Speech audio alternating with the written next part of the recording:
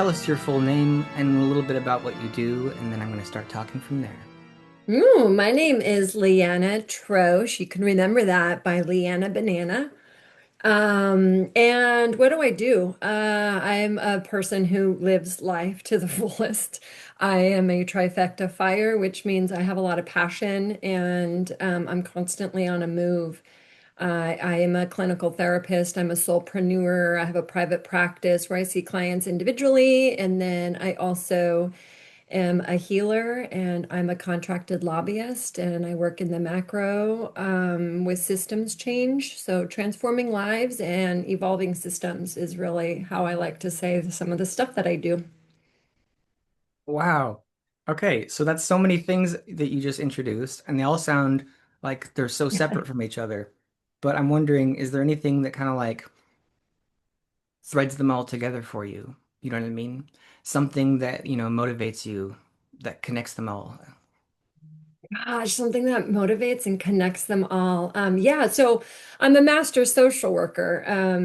And what that means to me is like I just like care about the human being and human capacity and how we live within community and within our systems and just practicing all of this work has I think that's the piece that what brings them all together is me Yeah, ultimately. The yeah. piece of just who I am as a person who loves human beings, and wanting to do right by human beings and wanting to do right by my path that I'm walking for humans. And that what connects it all together is just my spirit of who I am. I'm trifecta fire, and that just has so much to do with all of that as well. So what brings them all together is me, making it me as Yeah, much yeah, as I can. the soulpreneur is the soul of you, huh? Right? Exactly. Connecting Yep. with the souls of other people. Okay, Hmm. I like throwing out random ass questions. So, Okay. like trifecta fire. I already know what that means, but I know that also has symbolic meaning, and I'm wondering like when you first learned that and when it first really started to mean something to you instead of just kind of like let's look up a horoscope or something, you know? Well, it was actually recently. So I've been on this really interesting journey in the last few years since I'm going to throw out another thing too, is I've been in a Toltec apprenticeship and for the last few years, and I'm sure we'll talk about that later. But in that, one of my mentors studies astrology, so I met with her to get a reading, and it wasn't just a reading; it was a reading on my birth chart. So my astrology reading, my life tree of life, and okay, the tree of life, and my Yeah. tarot. So I'm a number nine. And in the tarot, that's the hermit, which at the Yeah. time was really making a lot of sense with me as I was like breaking out into this world of lobbying. And then this macro practice of being out in the systems with the government. And so how much I needed to come back and go within to repair, reheal, and fill my container back up when I'd be giving so much by being out lobbying. And so I learned about, yeah, that's when I learned I was a trifecta fire. I always knew I was an Aries, so my birthday's coming up next week. Hmm. And so I am an Aries, which is fire. And first time I ever read about that was when I was in college. And the way my friend read it to me, like tore me down. The way she was interpreting it all, I was just like, oh my God, I'm a horrible person. That's what I Yeah. heard at the time. I'm like, Aries are awful. They have too much energy. They burn everything up. They're chaotic.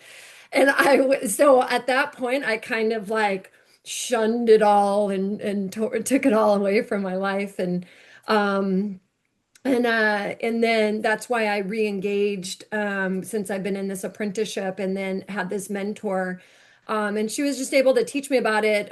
So my Aries sun, I'm a Sag rising, so it's Sagittarius rising. Understand what that means. That's another fire Hmm. sign. And I'm a Leo moon. Oh my God. And then where those planets, certain planets fall in line with that. As soon as I learned about that, I was just like, I don't know if it's like Neptune in my rising with my Sag was something about me being misunderstood. So no matter where I go into a room, automatically going to be misunderstood, misinterpreted. People are not going to interpret the things I'm saying the way I'm saying it. And that message alone, along with the trifecta fire, were things that just really helped take the pressure off of myself, always feeling like I needed to do some work because of some of the breakdowns in relationships I would have. Yeah. And it was just like, you know what? No, like having discernment that this isn't mine. This isn't mine. That's theirs. I'm going to be misunderstood. And then also not having any shame around my fire. Not having any shame around my fire. I have really, really big fire, and I know water grounds me. And so learning how to use water, my fire, my passion, but water to ground me, and just like not being ashamed of being too big and too bold Yeah. and too loud and too much, or any of those messagings I've received across, over the course of my life. So yeah, it was power, and it was recent. I mean, it was only a Right. year ago in December that I got that mess like that, all that information. And Wow. so yeah, Yeah. it's been like this power of just like owning and honoring all of that of who I am. Isn't it like really ironic that someone who does have all that fire and that big personality, that you have it, and yet what you can have the tendency to do is instead of it being, oh man, that person's obviously an Aries or whatever, oh, that person's obviously a trifecta fire, is you may not recognize those people because what they do is they hide themselves because they're like, I'm too much for everybody else. So Yeah. then they're in disguise all the time. The ones who are like out in the open, I don't know, maybe they're just more assholes or whatever. Do you know Yeah. what I mean? But like maybe you Hmm. don't know which person it is because they haven't like gone through that process of kind of like deconditioning themselves and allowing themselves to be who they are. So it may be Yeah. hard to interpret like what someone is. Yeah, absolutely. Well, yeah, like just to be able to say, oh, you must be a Virgo or you Yeah. must have some Libra in your chart. And some folks Hmm. really know those characteristics. And that's what always scared me. So since I was in my early 20s of learning these characteristics of my of the Aries sign, my sun sign, it scared me. It scared me to be too much. It scared like, and who put that messaging in my mind aside from me? Yeah. Right? Like from what I heard my friends say and how I interpret it with where I was in my life at that time. And so it really like put this shell around me, and I held so much shame around those characteristics. Yeah. Interesting. Yeah. And then when did the like uh accepting not being understood part come in? Because I find that I kind of like that one too. I'm like, I really Ooh, want people to understand me a lot, and then I've had to learn that as yeah. well. Well, I have an invisible child. So, in my work in the Toltec teachings and also my clinical practices, I study IFS, which is internal family systems, and also through parts work and selves work, which is like a Jungian theory. And so I'm very in touch with my parts, the different parts of me and my inner children, healing them. And there's multiple vulnerable children. So my Damn, there's invisible not just child. one inner child, there's a whole bunch of them. Yeah, most of us, when we're doing this work, we think, have you touched with your inner child? And so I did that early on in therapy, when I was early on in therapy before I was even in school, learning about my inner child. And so I would have time with her. But then as I became clinical, and specializing in this, and then also in my Toltec teachings, it also takes me on that path as well. Yeah, there's multiple. We have many. And so, so my invisible one is probably one of my loudest, along with the abandoned one.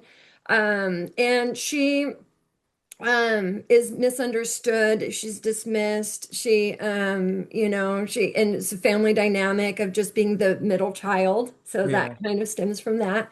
And yeah, I'm always needing approval, acceptance, to be heard, to be validated, to be seen. And so So this work, knowing I have the invisible child and this work of constantly like just being with her, but with the awareness of how the planets aligned in my chart to know that like this is just going to be an energetic relationship with people of how I present, how I show up, all of those things. And I can have all the awareness around that and make sure like I'm okay with not needing to be seen and just like be okay with who I am and what I'm going to say is going to be Mhm. what's needing to be said versus like in the past I would go out like reaching for it, right? And so with that being misunderstood piece, when I learned that, it just there was a release. Like there was just such a release of like, that's not mine. And so it helped me to have discernment now, like moving forward, of all the times when I would have a breakdown in communication with people, and I immediately go to, well, let me see my part because that's part of my AA 12-step, practices of being in recovery and like, okay, what's my part here, right? Like that stuff really teaches me that Mhm. where have I been wrong? Like what can I do different, right? So always checking in with my part.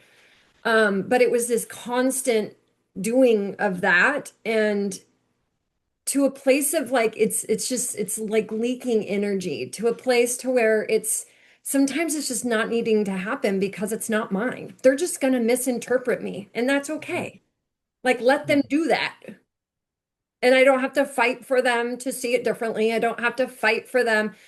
So I can do this easily now with individuals, people, community, all that. My family, a little bit different. That part really is, within my family dynamic, I just recently had some situations come up where within my family dynamic, that invisible child was just like so triggered just within the last few weeks Mhm. that I really had to sit with her and really do some healing around my family, needing my family approval, her not being seen and might not ever be within that dynamic. And how do I be okay with that? How does she be okay with that so that I can continue showing up with love? Because that's like ultimately my true work, right? Like I can still show up and know I have a place without needing their approval. Oh yeah, absolutely. Yeah. I mean, I don't know if I'm understanding you right now, but I know that I have one piece that I understand, which is that how like I can have like a role that I play in society, and then the second like my wife or my mom shows up, and then I'm like, I'm who I am to them now. You know, because you have these different like persons people that you are with different people. And it's like you have like a different mask you wear, and then or you take them off with those people, and they're like, I've seen you, I've changed your diapers, you know what I mean? And you have Well, all they that hold the history. old story. Yeah, exactly. Yeah, they hold the old story. And that is a huge reason why I moved back to the Central Coast here is because I had been away from my family for 25 years, been doing all this healing at a distance to where I only see them on vacations, right? Where we're all kind of on our best behavior, but that black sheepish, I never got past that piece or build, how do you deepen relation, like connection with them when we don't know each other? Yeah. And I'm not seen. And so moving back here has given me that opportunity to be with them and still noticing all the work I did when I was away. They were all still stories. This all like goes into the Toltec teachings as well. But they're also, I still had stories even though I was doing healing around it. And then, like being with them, I would see the old paradigm. I would see the old, like character. I would see the old positioning in the family roles. And I would still put it on. And I'm like, what is happening here? And it was so interesting to be curious about it and just to witness it without judgment, like without judging myself Yeah. and be like, okay, well, does this serve me anymore? And how do I begin to shift that? You know? Yeah. Ooh, interesting question. How did you begin to shift that? Yeah. Hmm. Because I guess what you did though is like you were saying, you released the need to have to shift it, but now you're like curious, like you're kind of like more distant. Like, is it possible? How do I do this in a more gentle way to kind of nudge it in a different direction instead of going like, what do I do? Yeah, exactly. Like the forest to be seen, right? Like I'm not going to get that in the family. So having that awareness and so I have a lot of friends, that and other colleagues and stuff who are not necessarily colleagues, but friends who I talk to about some of these be interactions with my family and stuff. And like oftentimes I get, oh, the family's not serving you anymore. Don't even bother. Don't go over there for Easter. Like, I don't even bother, and I just tell them how it is and all of this. And I'm like, and how does that work for you? Right? And it's this, well, I'm just going to not engage. I'm not going to show up. I'm not going to participate. I'm not going to go and be there, right? Like if I'm Yeah. not seen, I'm not valued, and I'm not appreciated in my story of what I'm telling myself about it, then why would you go? They're not serving you. I'm like, I don't believe that. I don't Yeah. believe in that. I believe that there's work to be done, especially like if I think about my true work of love, like to continue showing up in love. There's still love there. It's just a different form of love, and it's not necessarily the unconditional love I would like to receive, but there's still love. So how do I show up there without being judgmental myself, without putting expectations on them, without a need to be seen Yeah. that way, It's like you can see the people that that do the whole, I need to break contact and stuff, and sometimes that's necessary. Right. That sometimes what they're doing is maybe for them, obviously, like they're not ready, and maybe you're ready or you're open to being ready for that, but they're still going through a process of like, it's how I imagine it's like they're detaching.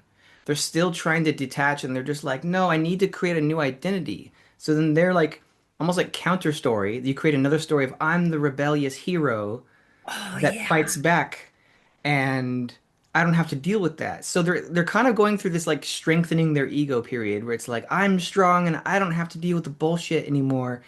But then you reach a point where you just like, okay, like maybe you've gone through that phase, and then you go, How do you what now? reintegrate? What now? Exactly, How do reintegrate. you That's good. reintegrate with the Hmm. family then when you're now this new warrior, Hmm. And then how do you reintegrate in that warrior when that's not going to be accepted there? Or maybe it's not going to be seen or validated, right? Yeah. And we end up falling into that old pattern.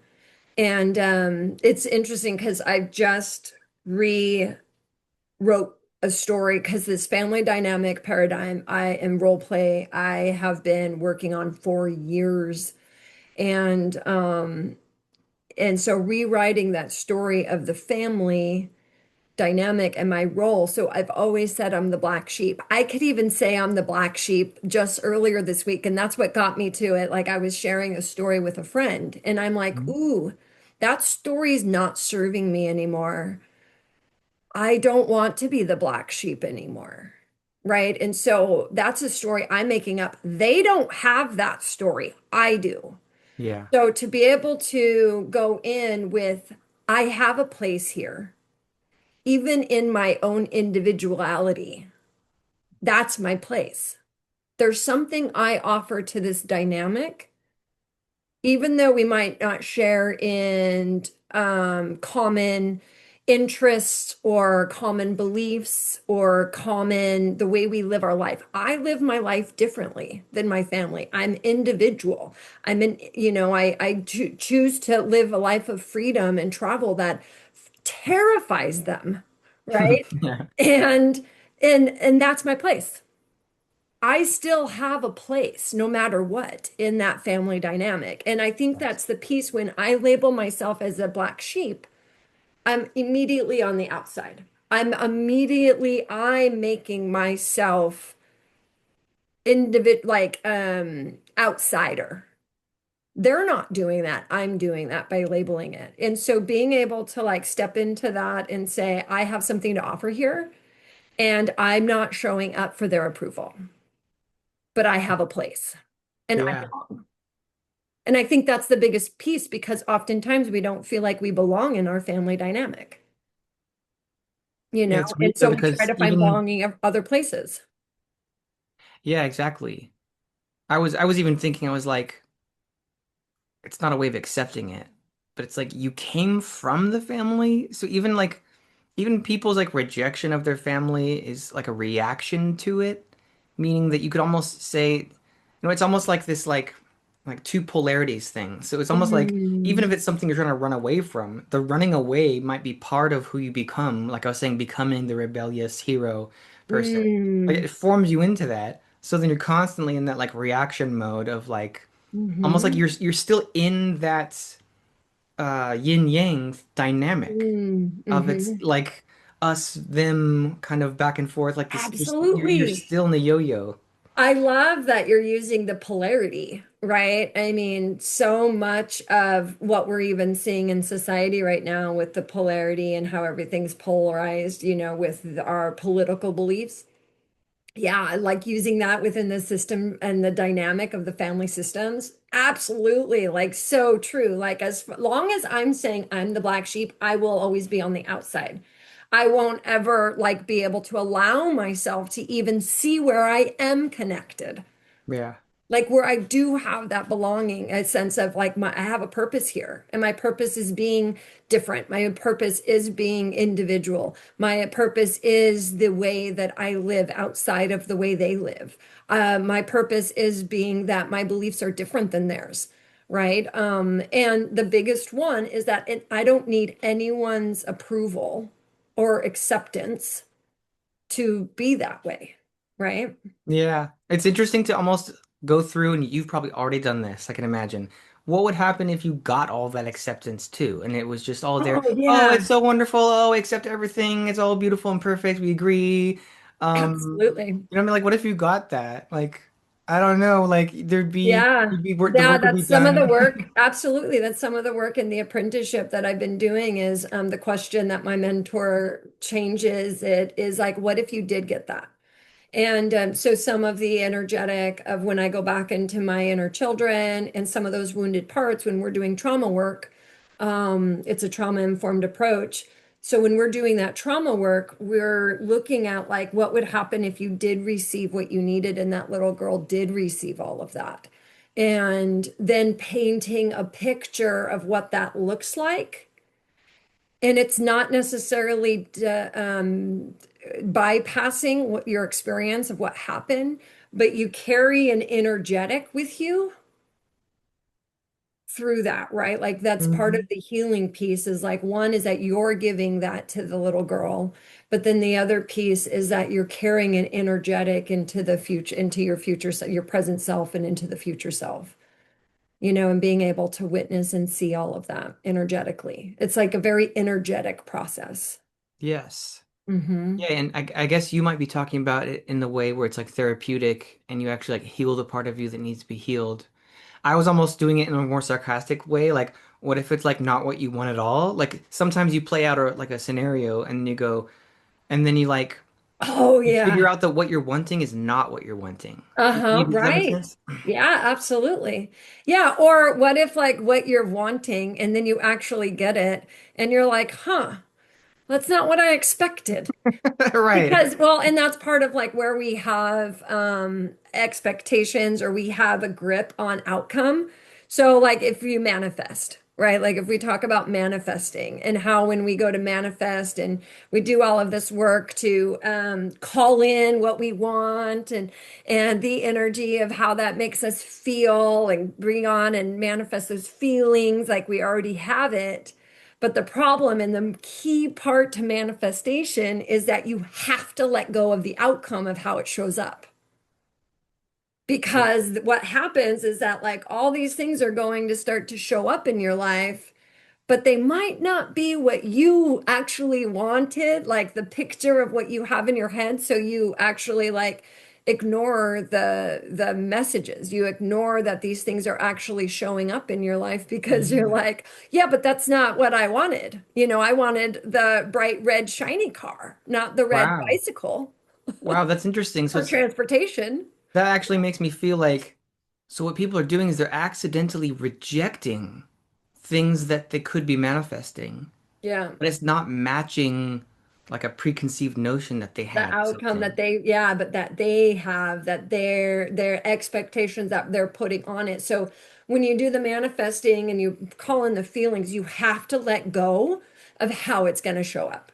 You have to let go of any type of expectation, any kind of vision that what you think it's supposed to be, and Yeah. really completely hand it over to source, to creation, to the divine, to do whatever it is Because that. I just realized, well, because what if what's one of the things that's gonna change is it's you that's gonna change a little bit.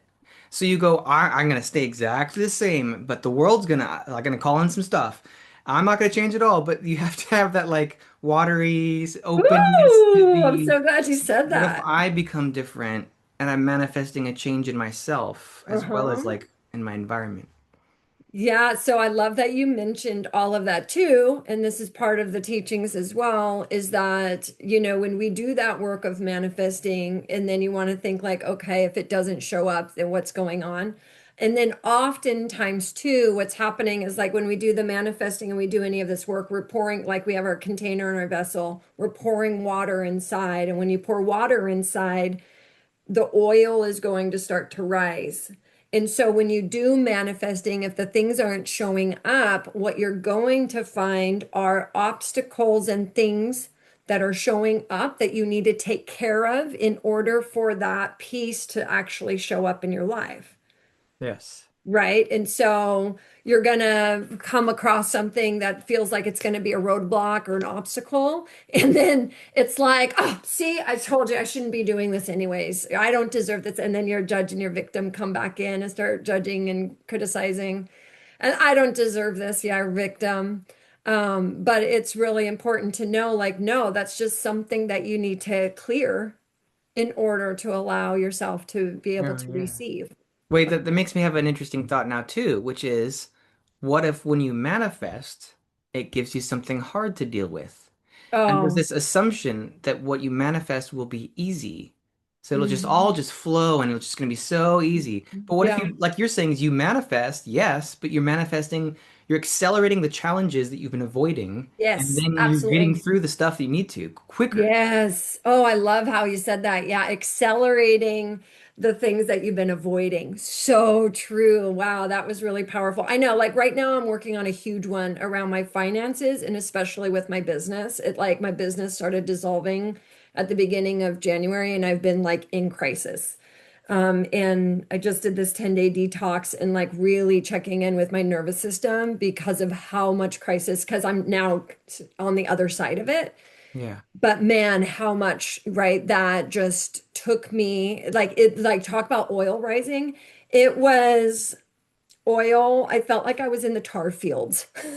Like I feel like it was that time, like sticky, icky, gross oil that was like tar that was like rising, Yeah. which took me into a place of crisis for the last four like few months.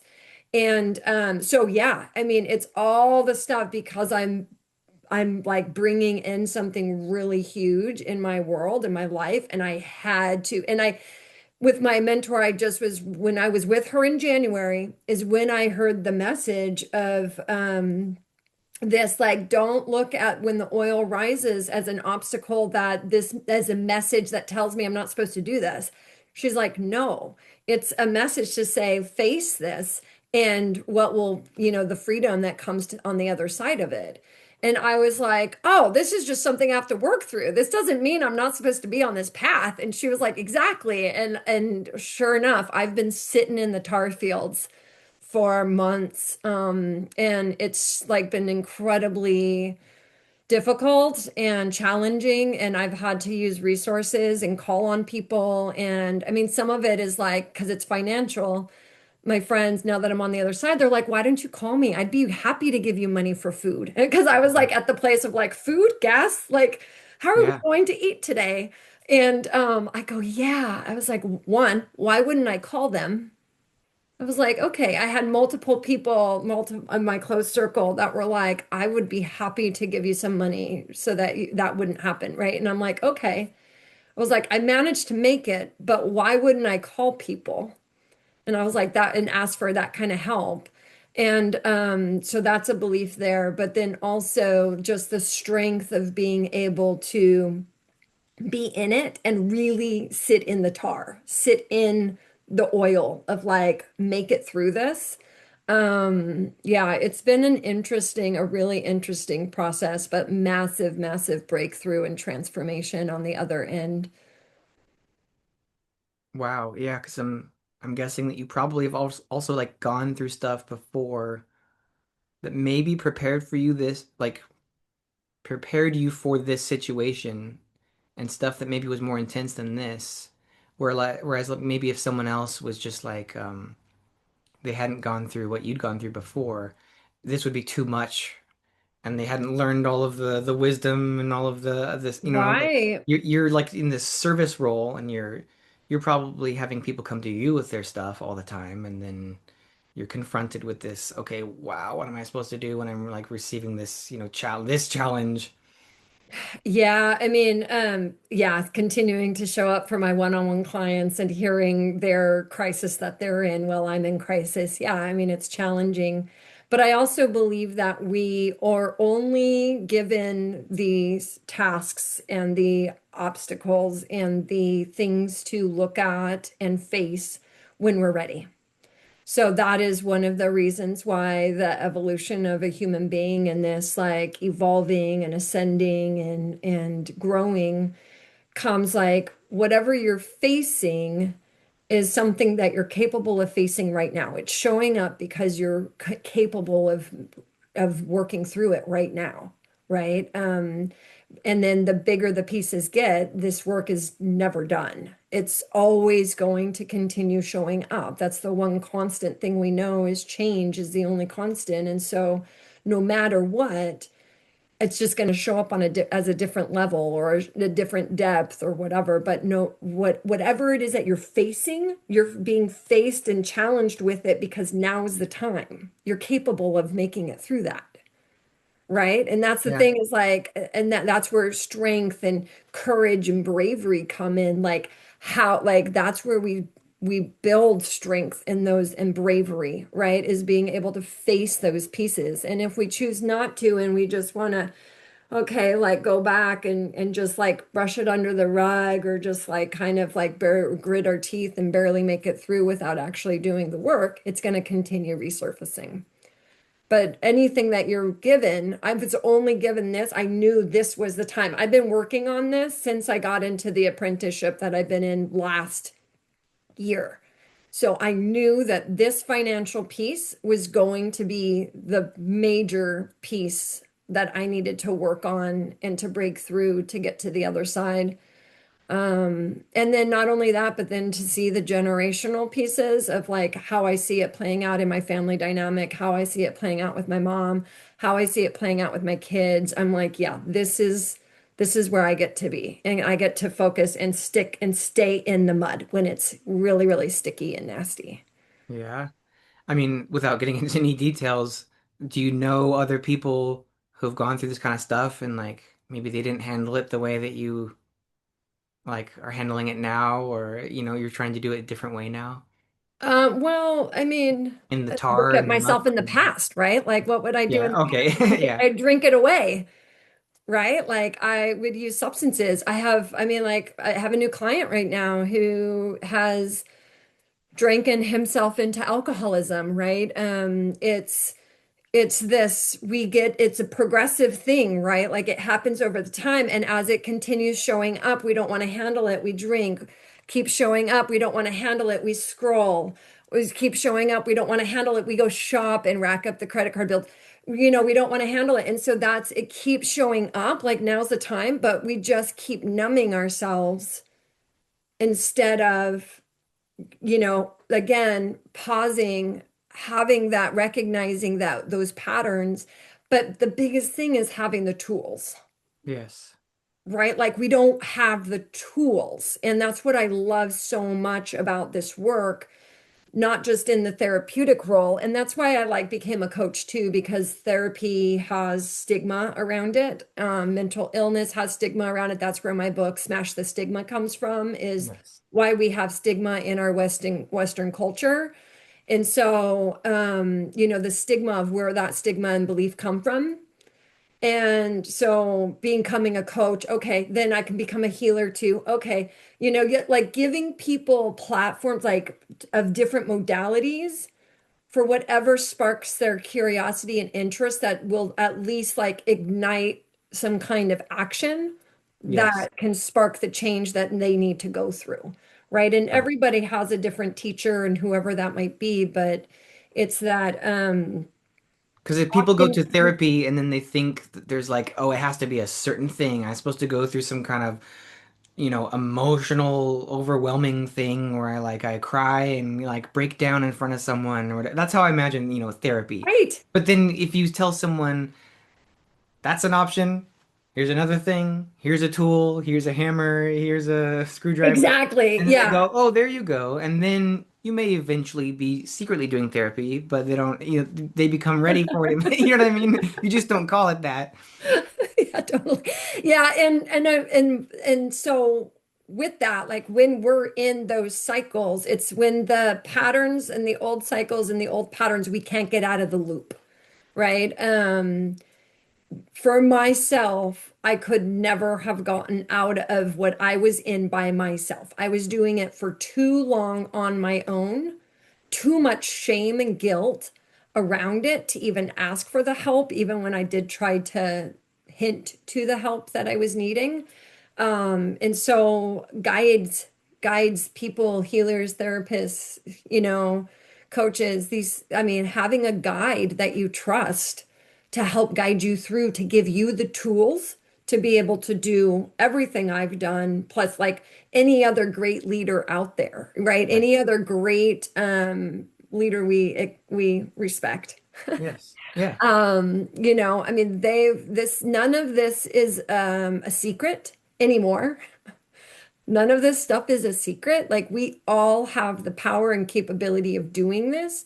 It's a matter of like, I don't believe that it can be done by yourself. Like Yeah. I truly believe in community. I believe in sacred safe space within a container of other people doing this work. I believe in guides and mentors. Somebody that you can really like unload everything, and I learned that first in AA when you get a sponsor and you do a fourth step and a fifth step inventory and you have to bear everything about yourself to this other person who sits Yeah. across the table with no judgment. It's the most powerful experience that a human being can really have. And we just don't do that enough in our culture and our society. And if we had to ask for help, it's a form of weakness, right? Hmm. So, would you say that like maybe that's been one of the main lessons of your life is that you can't do it by yourself? Yeah, I mean, when I look back at my all my healing and my stories and those type of things, one of my what if you did get what you wanted, right? So that's one of my experiences and stories that I wrote and went this way with it. And so when I went back to rewrite that story, what if I did have that adult that could answer my questions and sat with me and actually listened to me and didn't just like say don't feel that way or that's not important, just hand it over to God, God will take care of everything for you, or like implant all these false beliefs to me, stories in my head and agreements in my head. And if I did have that adult or I did have that person who actually like saw me, Yes. sat with me when I was struggling in college on a full ride athletic scholarship and I was like, I don't know if I can keep doing this. Like, who was there? Like, I didn't have any type of mentorship in my life. I had no adult that I felt comfortable speaking to. And I look back and it's not in a victim place, it's just a witness place, right? Like looking Hmm. back and going, and that's a lot of the work I do in prevention, right? Like, how do we keep people from actually going and misusing substances or misusing products or misusing social media and porn and misusing food and all of this? And how do we keep people, prevent people from actually walking down the path that I ended up walking? Mentorship. It's really important for our young people and for people who are finding their way to have a safe, trusted adult or mentor or leader or somebody that they can speak to honestly about what they're experiencing and help them make right of reality of their reality and have those conversations. And we just don't do that enough, even in our everyday today culture. It's something that I Yeah. still seek, right? Is like, how can you and I have these deep, meaningful conversations, and be heard, but really on an intimate level?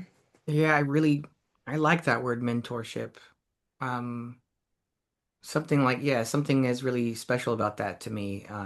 Because I have that same like suspicion that are like we really, really need more of that in the world. We Yeah. really, really need, and like it's kind of sad, but we need to get rid of the sadness by adding some love and some service into the world. Because what I wanted to say is that a mentorship and that person that you can go to and trust and would be wonderful if that was our parents, but it often isn't. You know what I mean?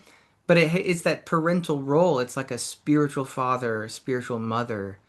But people can be mothers and fathers to each other, and we need to be more motherly and fatherly to each other, and more of that role. And even when you Yeah. said trust, I was like, oh man, there's so little trust in the world. We need Hmm. like, who do you go to? And you just kind of like isolate. So like all of these things we've been talking about, this is not about you. This is about the whole world. It's this idea of like isolating yourself, severing connections, not getting the help that you need, and then Hmm. just ignoring the challenges in your life instead of, getting out there, making connections, finding tools, getting stronger, moving forward with your life. Yeah, absolutely. Yeah, I love what you said about mothering ourselves and fathering ourselves and fathering each other. And and that father energy is what, that masculine, that warrior, that protection, that grounding, that stability. And then what's the mother? That nurturing, that love, that acceptance, right? That unconditional peace. And yeah, where can we find that within our community and within people, that, we end up, you hear all the time the chosen family, my chosen family, Mhm. especially in our early 20s. I remember the chosen family. Um, yeah, I think of that age, right? Like that early 20s when we are, why, we wish it could be our mother and father. And sometimes it can be Yeah. in certain families, and like strong protective factors, those are the things that protect us, those strength, security, the sense of security that you have in these relationships and how you regulate your emotions. But oftentimes in young adult and adolescence, your brain is still developing in your prefrontal cortex, right? And so that decision making and then your autonomy, what is the separation? That's what happens in teenage life, right? That separation from your family dynamic to what do I actually believe? And that's where that conflict starts to happen. The pushback begins to happen to the Hmm. parents because like they're just trying to find their sense of identity. It's don't take it personally. If you're taking it personally, then you've got to do your work. But Yeah. they're just, to understand that these kids are just, they need a safe place to talk. But oftentimes, because the parents aren't doing their work, right? They take it personally. So much fear comes up, all of this stuff, and it just drives more of a wedge between them. And kids, oftentimes, that teenager, that young adult starts to branch away from the family, right? Feel like they're Yes. not heard, feel like, their beliefs might be different than what's being projected onto them by their parents or pushed on them by their parents and that family dynamic. I'm gonna throw out another random ass question, which is, Okay. don't you, do you think, because I do, that there are a lot of people that they're like middle age and they're still like 15 years old. They're still stuck in that because they Stunted. never got past that phase. Yeah, like stunted. Yeah. Emotionally stunted, yeah. Well, in addiction, we can often, and addiction with substances. So I am an addictions counselor, so I'm trained in this as well. But so what they kind of say is when we start using the substances to numb, um, we are stunted at that age, whatever that is. So I started using marijuana at 14, started drinking heavily at 15. Okay. So when I got sober at 38, they say that I have the emotional intelligence of a 15, 14, 15-year-old. So true. When I watch this play out with my kids, who, when I got sober, they were 11 and 13. So my daughter, I'm going to say. So when I watched her go through her process as a teenager, we had to get her immediate help.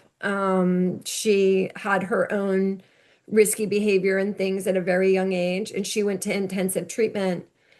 And her learning those skills at that age, she like jumped way further ahead of me and became so much more emotionally intelligent Yeah. than I did at 38, as I was like learning how to rewire those patterns in my brain.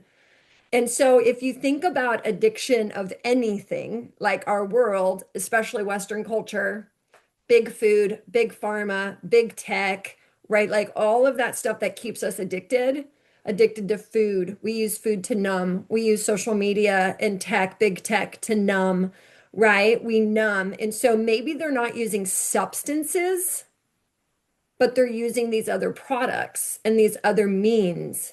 And so Yes. if you're thinking, and I'm just like totally throwing this out there and creating Yeah. this like theory, I Yeah. like I'm creating a theory. Yeah. So people in their maybe mid 30s, like millennials, might be stunted in their emotional intelligence and their emotional growth because we keep using things to numb Hmm.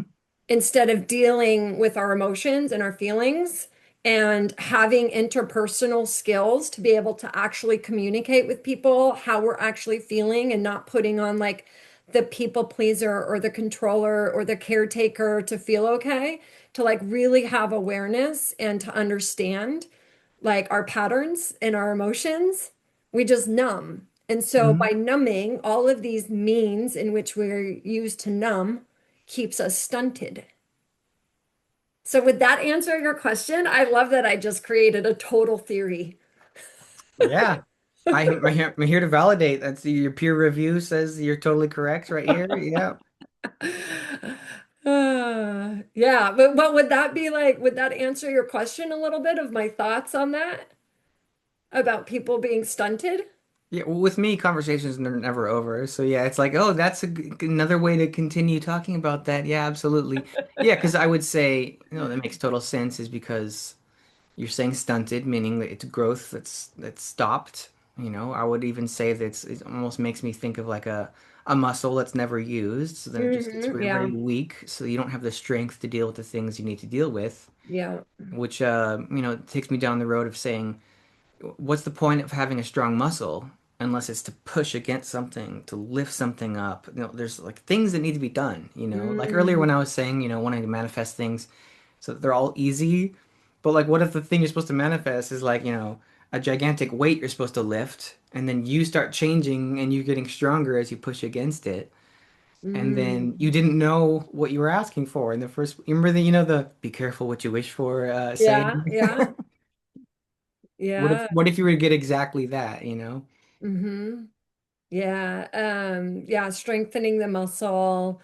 And what's the point of having the muscle if you never use it, right? Hmm. So again, the brain and the neurotransmitters and the neurons that move beyond, like in between all of the systems of the brain and all the networks, social media is, and that numbing of our devices in big tech is keeping us from developing those tech like skills, that emotional component to how to engage with people and how to build a sense of identity without comparison from what we're seeing on social media, or having the relationships with people where ghosting didn't used to be a thing, but now you can just like never text a person back and have no Yeah. idea what happened or what's going on or what possibly, you know, what you could do to change or fix it, and then being able to like break up or have some of these hard conversations that happen over text messages where you're not actually engaging with the other person's facial reactions, their Yeah. emotions, the tone.